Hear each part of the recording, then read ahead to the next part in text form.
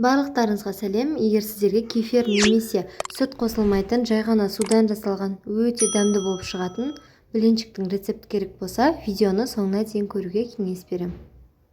Ол үшін бізге ең алдымен су және жұмыртқа қажет. Судың температурасы ыстық немесе салқын болуы маңызды емес.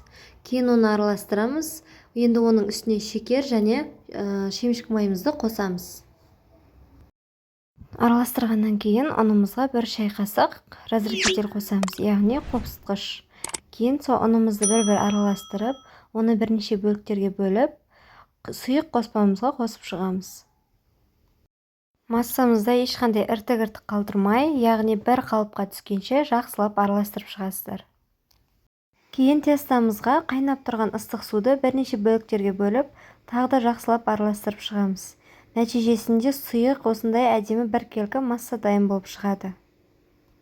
Енді табамызды газға жақсылап қыздырып аламыз. Кейін оның үстіне осылай сұйық массалығымызды құйып шығамыз. Осындай тесік-тесік болып әдемі блинчик дайын болып шығады. Достар, осы рецептпен міндетті түрде жасап көріңіздер. Өздеріңіз көріп тұрғандай тесік-тесік ажурный әдемі блинчик дайын болып шығады.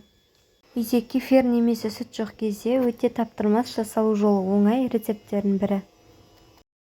Достар, бұдан басқа да рецепттерді көргілеріңіз келсе, менің каналыма тіркеліп, лайк басып, комментарий қалдыруды ұмытпаңыздар. Баршаңызға ас болсын.